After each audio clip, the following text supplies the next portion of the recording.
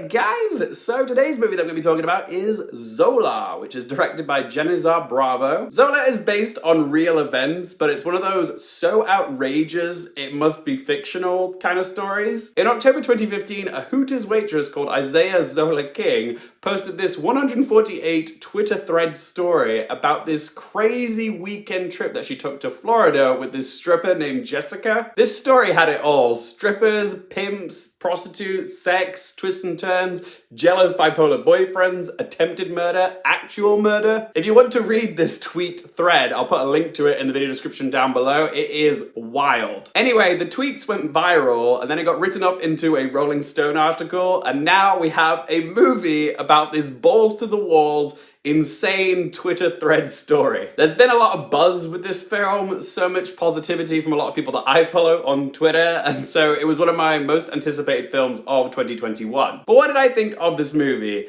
Well, I enjoyed Zola. I thought it was a good, entertaining watch, but I don't think it quite hits greatness. The best thing that I can say about Zola is that when I finally allowed myself to read the tweet thread story after I'd seen the movie, I'll say this: Bravo really nails the tone and delivery of the real Zola's tweet storm. Bravo punctuates the film with almost word-for-word exits of the tweets. The tweets themselves are actually part of the dialogue in this film. And Taylour Paige, who plays Zola, is flippin' brilliant as our mostly reliable narrator.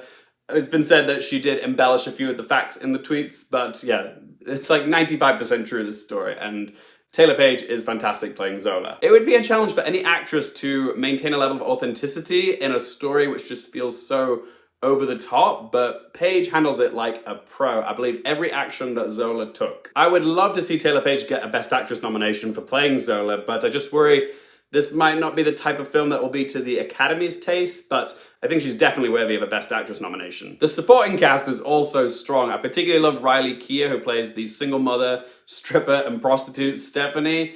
It's quite a challenge to make a character who's so selfish be likable, but Riley Keough pulls it off. Also, not until I saw Zola was I aware of the versatility of Colman Domingo, because he's usually playing the kind, big-hearted, gentleman patriarch, but in Zola, he is genuinely scary as pimp Abagualo Olawai.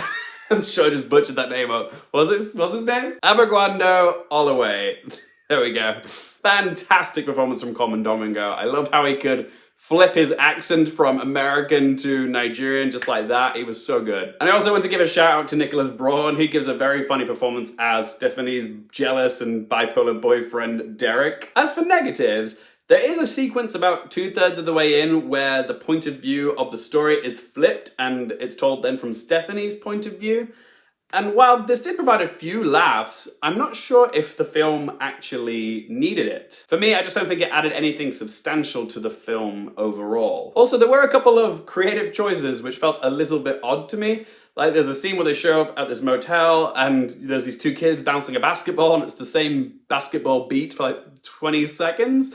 And there's another scene later on where they go into this hotel and the camera pans to a shot of this woman dancing to this steel drummer. And I was just asking myself, what does this, if anything, symbolize? Like, what is the point of it? I'm not sure what it was meant to bring to the film. Again, it was just creative choices that I didn't fully understand. If you can explain the steel drummer or the basketball beat to me, please do let me know in that comment section down below. Also, if you're enjoying the video, hit that like button. So let's ask them 3 questions. Firstly, would I watch this again? Yes, I'm not sure this film would have the same impact on a second viewing, but I definitely would give it another go at some point. Question 2, do I recommend it for you guys?